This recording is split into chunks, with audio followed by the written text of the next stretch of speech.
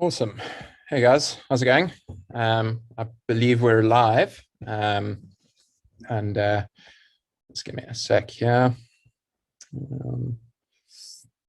Yeah, so about 2 or 3 weeks ago, Michali's and Soaring Society asked me to do a lecture on cross-country soaring and sort of the strategy that goes with that. So we did a presentation about 30 minutes long and covered some pretty cool topics. Some of the requests were, go into more detail, show us the numbers behind this. I got a whole bunch of emails afterwards, which was quite cool. People asking for sort of some elaboration on some of the things. So we're back again for a similar presentation. So this is part 2. And the topic is still very much the same. It's all about sort of optimizing sort of your cross-country strategy and basically, getting an in-depth understanding of strategy and why certain things work. So yeah, this is the science of cross-country soaring, crunching the numbers. Thanks to Michali's and Soaring Society for hosting the event. So I think without further ado, let's get going. And as we go along, obviously, if there's anything that anyone wants to add, anything like that, feel free to pop it in the YouTube chat. I've got a copy of that open, so I'll see your questions and stuff. And if they're good, I'll answer them. If they're not, well, yeah. So welcome. So let's start off with who I am. If you don't know me, I'm Laurence. Nice to meet you guys. I'm a glider pilot. I fly quite a bit. I instruct. I'm pretty enthusiastic. I've been flying since I was a little kid. And I've recently sort of, taken quite a keen interest in cross-country soaring and competition in particular. So yeah, that also goes sort of hand in hand. I've got a sort of background in computer science and maths. And I always sort of try and incorporate the two. And there's a really nice relationship between sort of analysis and competition flying itself. Yeah, and then professionally, what I do during the day to pay for my flying is I'm a software developer, a programmer, and I sort of write financial software, analytical software, and stuff like that. That pays the bills, and then I fly it all away. So who are you, and who's the talk targeted to? So this one's targeted at the sort of broader gliding community members. I know we've got some guys from all the way from sort of international competition scene to guys who are just getting started. And it's, yeah, I mean, nice to have quite a broad audience, but it's basically everyone who's looking to get some insight and an edge in sort of cross-country performance and improve their flying. Yeah, competition pilots looking for a deep understanding of strategy. So that brings us to what are we going to be talking about? So we're going to start off with a little recap of last time. This shouldn't take too long. Last time we covered, I mean, this is just a content section. Last time we covered McCready theory and glider polars and how they sort of work together. We looked at centering thermals and sort of the pros and cons of when you should take fewer thermals, take them higher, the disadvantages of centering them and stuff like that. Wind drift and thermals, similar. And then performance with density altitude. So how does our aircraft perform, or why does our aircraft perform better at altitude? And then course deviations. So the age-old sort of, what sort of deviation is reasonable and at when does it start becoming detrimental? So if you want to shoot for a thermal off course, things like that. And then new content, we're going to go into some detail. There's a bit of an overlap and there are some new sections. So obviously the first one is the density altitude. Again, last time we looked at how it makes us better, but we didn't quite cover why. So we'll look at the various sort of factors that come into play there. Wind drift. So wind drift on, and that's a sort of two-part thing. The one part is sort of optimizing our turn heights depending on wind drift. And then the other one is, well, not really a name for it, but I kind of call it proactive correction for wind drift. We'll get to that in a sec. Don't worry if you're unsure what that means. Next part is water ballast. Here in South Africa, we like to fly heavy. And obviously there's loads of different strategies here. So we'll also look at the sort of playoff between flying too heavy, too light as the weather changes, what to do. And then we'll go more into depth in the deviation question. and sort of look at what it's dependent on. And then we'll do some sort of risk management and aggressive flying, and we'll cover one sort of strategy in particular to sort of minimize risk and look at what the sort of performance drawback is there and how much it is compared to your risk saving. So yeah, let's look at what we've already covered last time. Like I said, I'm probably going to sort of breeze through this one. The previous talk is available online if you want more detail on any of these. But yeah, what have we already covered? So the first one is McCready theory. And yeah, you can see we've got a nice little diagram from Laurence Hardman. And basically what McCready theory tells us is that given our sort of climb strengths, we can then look at the polar curve on our glider, and we can find an optimal speed to cruise between thermals to sort of maximize our cross-country speed. And then on top of that, we can also add some additional parameters, the vertical speed of the air we're cruising in, and the head or tailwind component. So if we're cruising in air that's rising, McCready tells us to fly a little bit slower. And if we're going into a headwind, we should fly a little bit faster. And then obviously the opposite for sinking air and tailwind. So, okay, there we go. So what does McCready tell us to do? It tells us the stronger the thermals, the faster you fly. That's sort of quite obvious. Faster through sinking air and slower through rising air, and faster into a headwind, slower with a tailwind.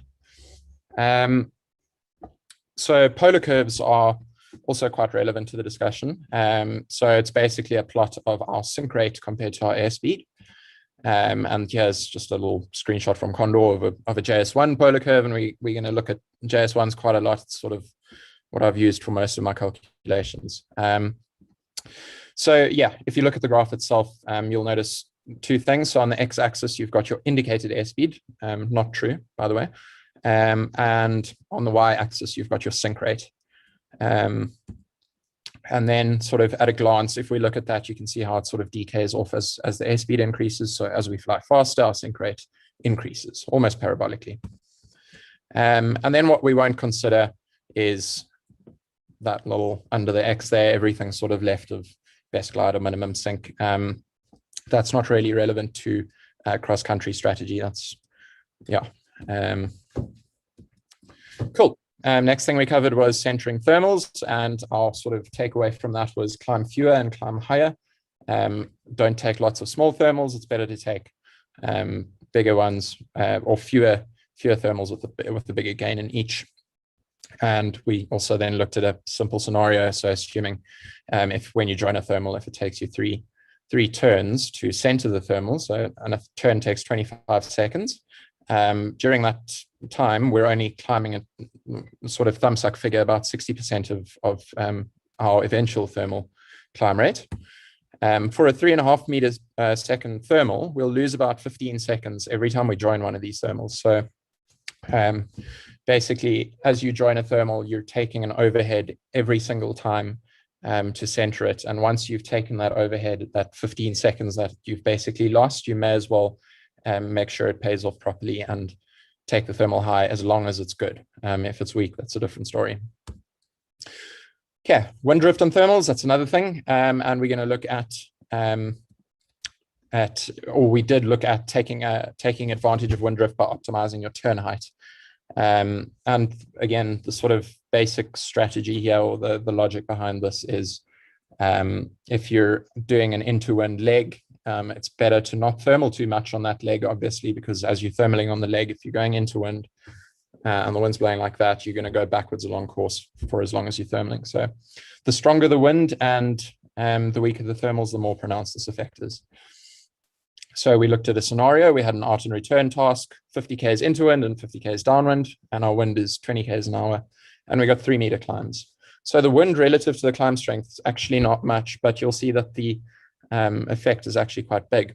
So very often you can have a 30 K an hour headwind and 1.5 meter climbs, in which case it'll be far more drastic. But even so, so if we start at 2,500 meters above the finishing height and we turn at 1,600, we'll basically find, for a given glider, we'll find a cross-country speed of 171.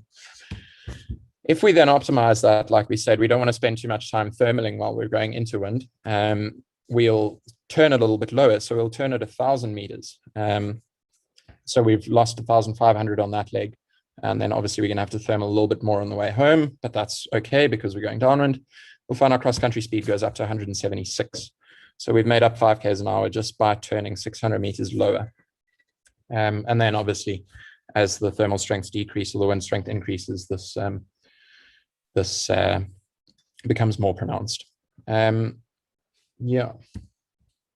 So next thing we covered was density altitude and obviously air pressure. So yeah, we've got another nice little diagram. I can't remember where I found this, but it's all credited at the end. And basically the rule of thumb here is fly high. The air is less dense as we're higher and our glider performs better. So as we're higher, we're cruising in air that's less pressurized, but slightly denser as a result of temperature or environmental lapse rate.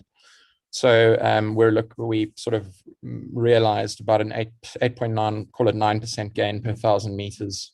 So if you're flying at 2,000 meters, you're cruising 9% more efficiently than, or 9% faster than at 1,000 meters. And for a 600 kilo glider, you can also sort of imagine this as just carrying extra weight in your plane. It's got the same sort of effect in the cruise. For a 600 kilo glider, that works out to about 53 liters of water ballast. And you can imagine if you can put in an extra 50 liters in every competition, it'll be quite good. Deviating from course, this was another one. And here I've plotted our 1 over cos for our deviations. So you can see on this little graph, if you look on the left, if we're not deviating, you'll see it intersects the y at value of 1. So that means that we're flying in a straight line towards a turn point. We're not flying any extra distance. At 22 degrees, we're flying sort of 1.09. So we're flying 9% further than we need to. And at 45 degrees, 1.4. So we're flying 40% extra distance. And obviously, if we're deviating, we need to fly faster to sort of make up for the extra ground that we have to cover. And to fly faster, we need stronger climbs. So basically, you can say, well, for a given deviation, my climbs need to be so strong. So we're looking at, again, for a JS1 at McCready 2. So if your normal climbs in a straight line are 2 meters, if you want to fly at 22 degrees, of course, you'll need to fly 9% further and 9% faster, and you'll need 2.4 meters a second. 30 degrees, you'll need to fly 15% further and faster, and you need 2.7 meters to do that. And at 45 degrees, if you want to fly 45 degrees, of course, and hit a thermal and make sure it's worth it, you need to fly 41% faster.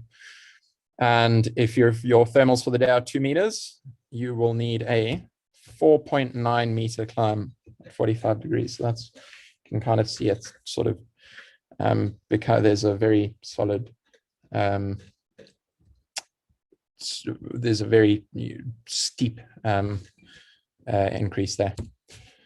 So yeah, we can now sort of go into the new content and a closer look at some of the stuff. Like I said, some of the topics are very much the same, but we'll go into more detail with the calcs.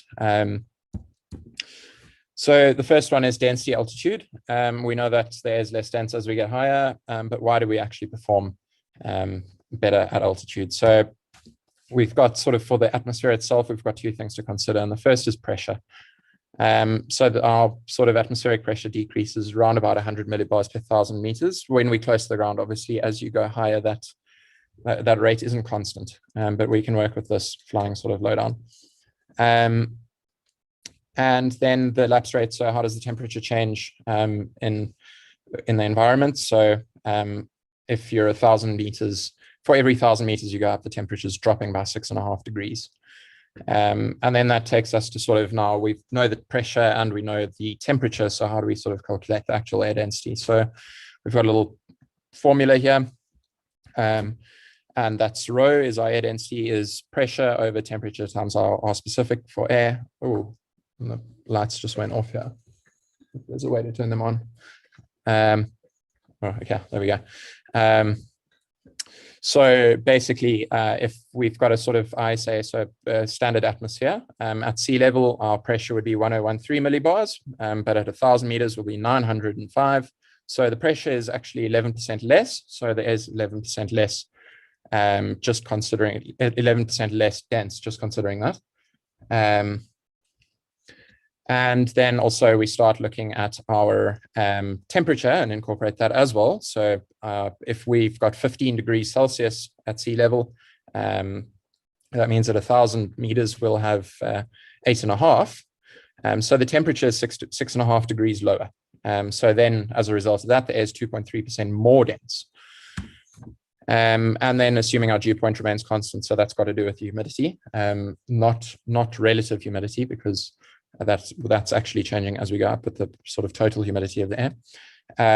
It's basically equates to our air density decreasing by 8.63%. And there we go. So that's the one part of the density altitude. The next part is looking at the aircraft itself and how it's sort of, in this different air mass. Why does the plane perform better in the less dense air? So we look at our lift equation. So we've got our lift is half rho v squared SCL. And there's a few sort of variables of interest here. So our rho is the air density, which we've just sort of calculated. Our v squared is our true airspeed, and S, which is our wing area, and CL, which has got to do with our sort of basically the efficiency of the wing, we're going to treat as constant. Our wing isn't changing.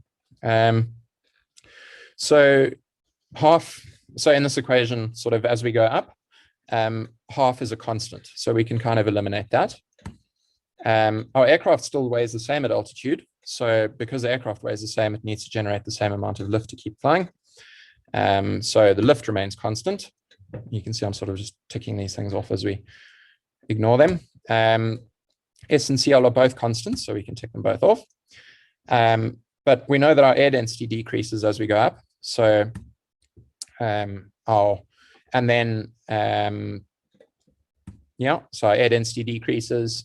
And then in order to generate, because the lift is remaining the same, our air density is decreased and everything else is constant, our V squared must increase to generate the same lift. Basically at a higher altitude, we achieve the same LD at a higher true airspeed. There you go. And I see some of the guys say the deviation calculation is only valid for flatlands at high altitude and over the mountains. We are looking at sort of the ideal flatland situation. We're not really mountains. There's it's a lot more subjective to the environment. So wind drift and thermals, we've got two considerations here. So if a leg is partially upwind, like we've already looked at, it's better to have a net loss in height for the start to the finish of the leg. So you basically want to not thermal unnecessarily into wind. And then if a leg is partially crosswind, it's slightly better. The advantage is very small, but there's still a slight advantage to correct for wind drift proactively rather than after each thermal. I did try to do an illustration for this, but I didn't get around to it, but we'll get to this in a second. And then for both of these, obviously, the stronger the wind and the weaker the thermals, the more effective these strategies are. So that's,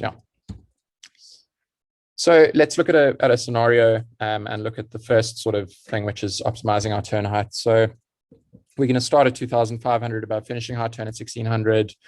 We're going to spend 1,300 seconds on leg one. So we're going to thermal for 445 seconds. And remember, during that time, we're going backwards at 20 k's an hour. And leg two, we're actually on final glide for leg two. We're not going to thermal at all. And we're just going to run straight home because we turned relatively high, and that gives us a speed of 171. Strategy two, start at 2,000. We know this. Leg one, we're going to cut a bit of time off of leg one. We're only going to thermal for 245 seconds. So we're thermaling for 200 seconds less on leg one. Obviously, because we got 3 meter thermals and we got 600 meter less gain. But that means that for 200 seconds, we're going to be going, the wind is going to be pushing us on course instead of against it, because we're going to make up that time on the home leg. And then leg two, we're going to thermal for 177 seconds. And that gives us a cross-country speed of 176. So basically, it's more efficient to spend our time thermaling while the wind is pushing us along track. This brings us to the next thing that I spoke about. Now, this is a very sort of marginal increase, but it is worth considering. So so you've got two strategies when you're flying with the crosswind, and the one is to sort of thermal, and then immediately as you leave the thermal, point directly at your turn point. Catch another thermal, you're going to drift more off, point directly at your turn point. And then what that sort of adds up to is you're going to start off flying straight. You're going to start off flying straight towards your turn point, but then after each thermal, you're going to kind of start going around like that. So you actually fly a curve towards your turn point. And here I've got a nice little Excel screenshot. So if we're running 22.5 Ks between our thermals, the first column is showing us how far off course we will be, and then how many degrees off our sort of heading we got a point to sort of make up for that. And you can see that we're basically making our VMG, or our speed made good, decreases as we sort of point away from, or have to sort of make up for that drift more towards the end of the leg. We're effectively flying a curve. And so for a 100K leg with a, I can't remember what it was, a 30K an hour crosswind, we've got to actually run 102.6 Ks. That's a little bit more, but not much. And then we can look at scenario 2, where you're going to calculate, you're going to say, okay, well, in order to do this 100 kilometers, my McCready is so much, so I need to climb so much. So you can see you need to, and then you can work out exactly how much your total drift over that leg is going to be, and start correcting for it from the beginning. So you kind of fly a sawtooth. So you're going to point, so if the wind is from your right, you're actually going to point a little bit right of the turn point from the beginning, and that's going to get less and less as you get closer. And so in our case, we're constantly pointing 10 degrees right of the sort of point A to point B heading. And we're sort of, because of that, obviously in the beginning, our speed made good isn't quite as good, but towards the end, it's much better. Like I said, this is a lot easier to explain with the diagram. I will put something out at some point, but yeah, didn't quite get around to that. So our running heading remains constant. So we're constantly running 10 degrees right of point A to B. And we're effectively flying a sawtooth, and we're going to run 101.6 Ks. So we've saved a kilometer basically. And if we're cruising at, I think I worked out it was like 2 meters per second, and you've got the wind, it's basically going to save you 40 seconds over 100 Ks. Not much, but a little bit. Yeah, the next one is quite an interesting one, and deviation. And I see the guys in the comments are talking quite a bit about it. So we've sort of had, there's quite a few different ways of looking at this, but basically, assuming we have constant thermal strengths and no wind, our deviation rules should remain the same regardless of distance to the turn point. So that table we looked at earlier, where sort of, for X degrees off, you need a thermal that's so strong, that doesn't matter how close or far you are from the turn point, provided in the general case, assuming that you don't know how far the thermal is going to be. And why is that? And it can sound sort of counterintuitive or confusing, and you could say, well, you can make a bigger deviation earlier, and you've got more time to account for it afterwards. But if we're constantly aiming a certain angle off of our turn point, we're effectively flying a curve. And the curve, sort of the length of the curve of this, the length of this curve is basically our distance to the turn point over cos of the angle, cosine of our angle. And there's a little illustration I did. I scanned it with the work printer, and you can see the pencil didn't come out so nicely. But if our glider in this case is constantly pointing, say, 30 degrees left of the turn point, and he's going to fly an arc towards it. And that arc is obviously going to be significantly longer than just flying straight A to B. And because he's flying a longer path, he needs to fly faster. And to fly faster, he needs stronger climbs. So there we go. Flying at a constant deviation will scale our distance accordingly. So that'll be sort of in proportion to 1 over cos of the angle. So the proportion between the distance that we're actually flying and the straight line distance is 1 over cos of the angle. So here I've made another little, here's another little table that I've made for our deviation. So obviously for a 10 degree deviation, you're only flying 1.5% further than if you were to just fly straight, which is really not much. So obviously you won't need too much stronger climbs. But as the deviation becomes greater, you see at 30 degrees, we need to fly 15.5% further. And then here's our sort of McCready values. So if we're flying at McCready 2, in order to fly 15% faster, we'll need 2.8. And these are the same numbers as before.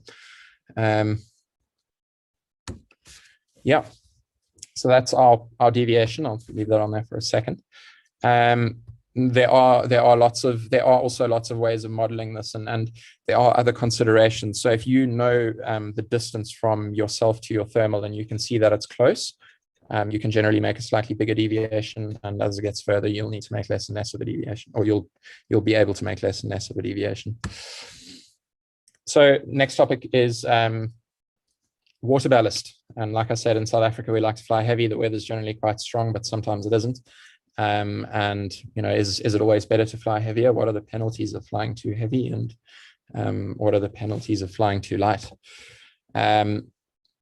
So obviously the basic principle here is that increasing the weight of the plane gives you a significant advantage in the run, as long as the penalty in the climb doesn't outweigh that.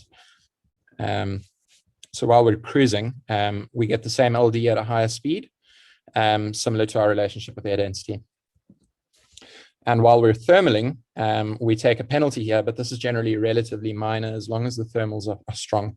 And that's sort of two-part. The first is because the glider's minimum sink has increased, because the whole polar curve is scaled. And also our turn radius and maneuverability of the glider has also, well, the turn radius is increased and the glider is a little bit less maneuverable, so you can't turn as tightly in thermals. So if your thermals are really tight, it may be difficult to fly heavy.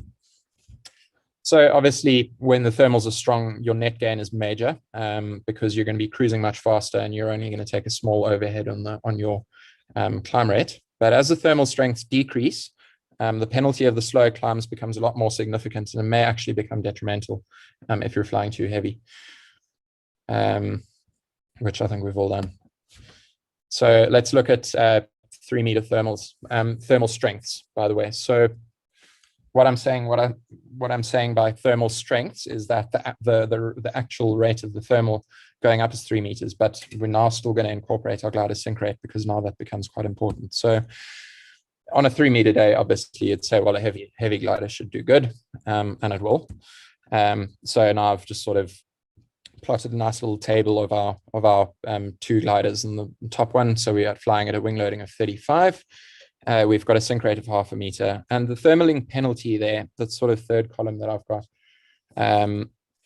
the thermaling penalty there is basically your loss as a result of not being able to turn as tightly in the thermal. And I'll sort of get to my logic behind those numbers in a sec. But basically, in an empty glider, you've got minimum sink of 0.5 meter and you don't have any penalty, so you're climbing at 2.5. So your cross-country speed for an empty glider, an empty JS1 at 2.5 meters is going to give you 107 k's an hour.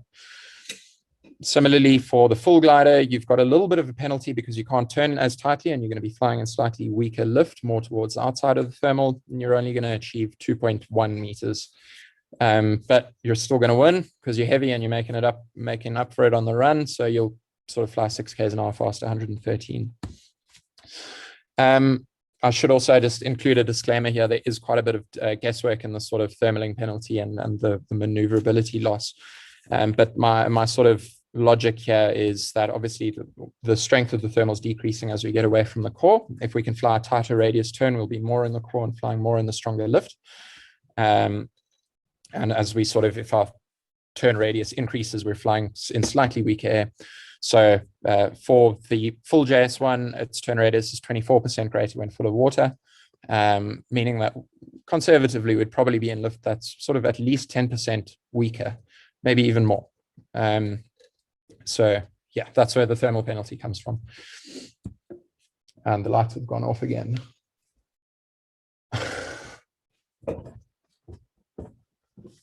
And they're back. Yeah, so now let's look at the next scenario, which is weaker climbs, and we're going to compare our same 2 gliders here And this could be an entirely different day where you're just flying too heavy, or it can be the same day where you opt to hang on to your ballast as the thermals get weaker.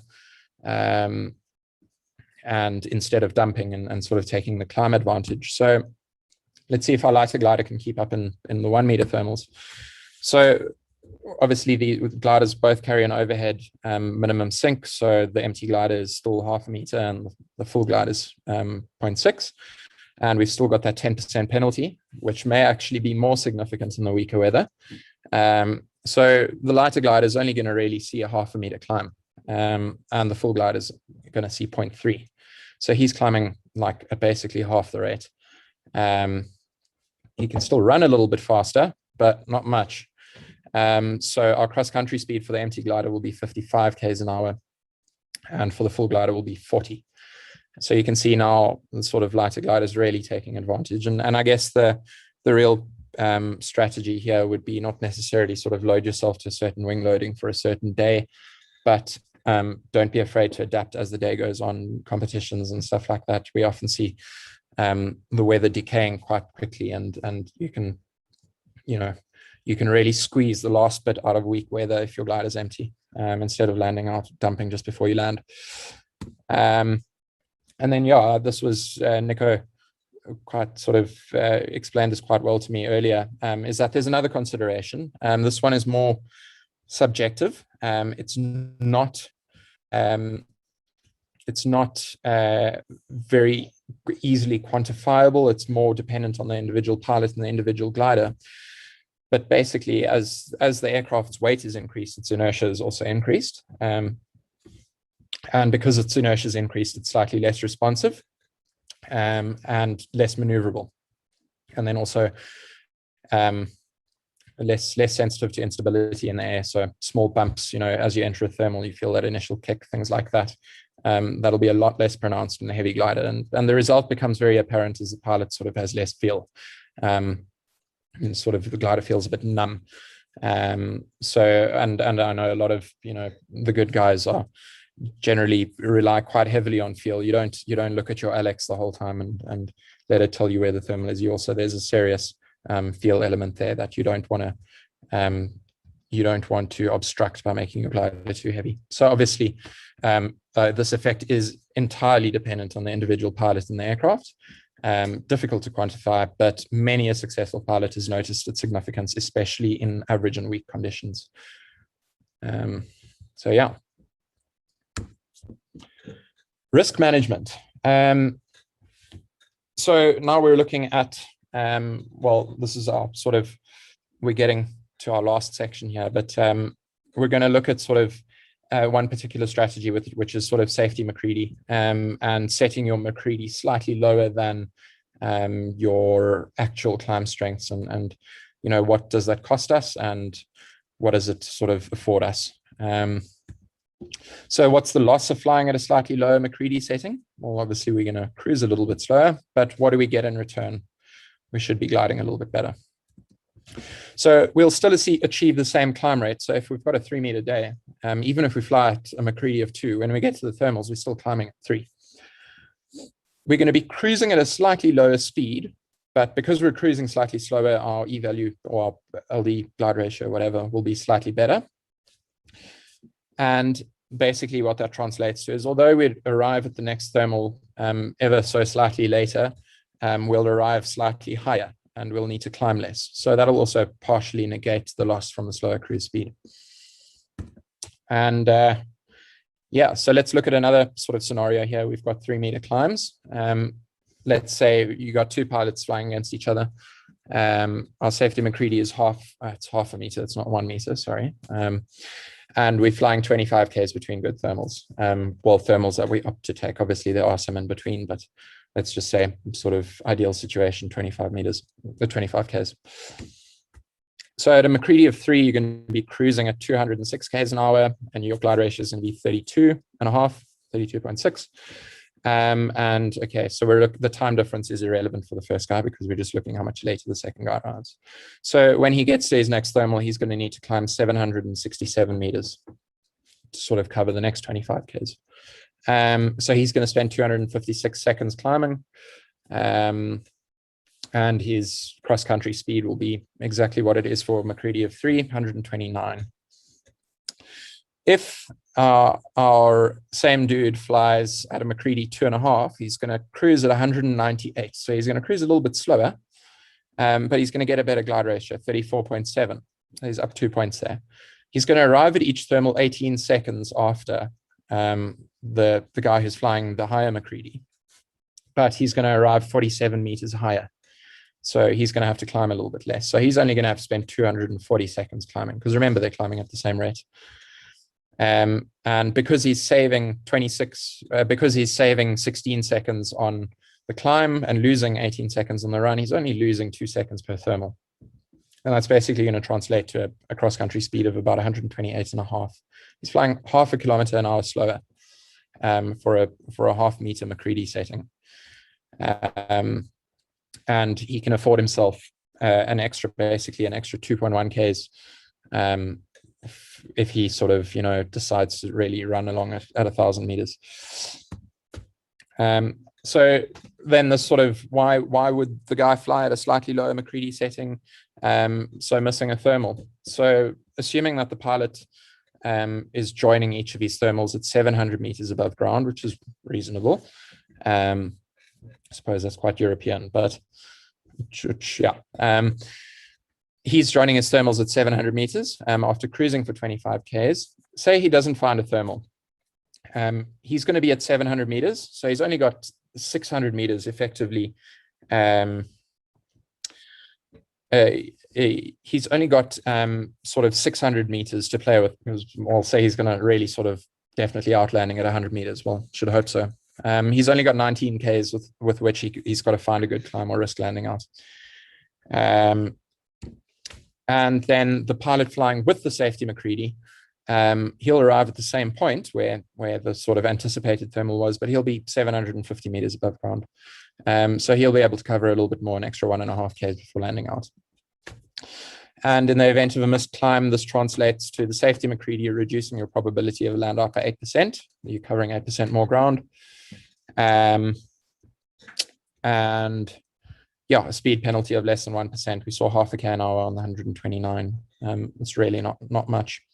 So obviously one sort of consideration here is, where it's also entirely competition dependent. So should you be flying in a gaggle and flying in front, you would obviously be a little bit more conservative. You've got no idea what the air is doing in front of you. And it's always good to have a little bit of a safety margin. So you would fly a little bit slower than McCready or have a McCready safety. But when you're chasing and you can see gliders thermaling ahead, you can see people further on track than you, you've immediately got an advantage, and then you can afford to fly at your actual McCready speed, and really sort of, yeah, the guy in the front is taking the risk, not you. So yeah, that's pretty much it. I hope, sort of some of the numbers have made sense. I have got quite a bit of reference material and stuff that I sort of, quite in-depth stuff and Excel spreadsheets and things that I didn't really want to bore you with. But if anyone wants sort of a copy of the slideshow or wants to get in touch with some questions or stuff for afterwards, or suggestions for a next presentation or anything like that, please, do shoot me an email, get in touch with me on Facebook or Instagram, and check out Soaring Society Michalis. And then word of thanks. Definitely Michalis Gliding and Soaring Society, Brendan, Francois, and Mark. It's, always thanks very much for putting it together, and it's great to be able to sort of have a platform to talk. And then Gliding Media, I mean, these guys have always been super supportive. Global Gliding Pictures, and Gliding Zone. They've really sort of done me quite a big favor in the sort of media space. And then sort of some personal help and professional, getting some input from the guys who really know what's going on. John Coots, Oscar, and Nico. I've been hounding these guys with questions for like a week, and I've had quite a bit of input from all of them. So thanks guys. It's always helps a lot. And I will see you guys next time. I hope you enjoyed it, and please do feel free to get in touch. Cheers.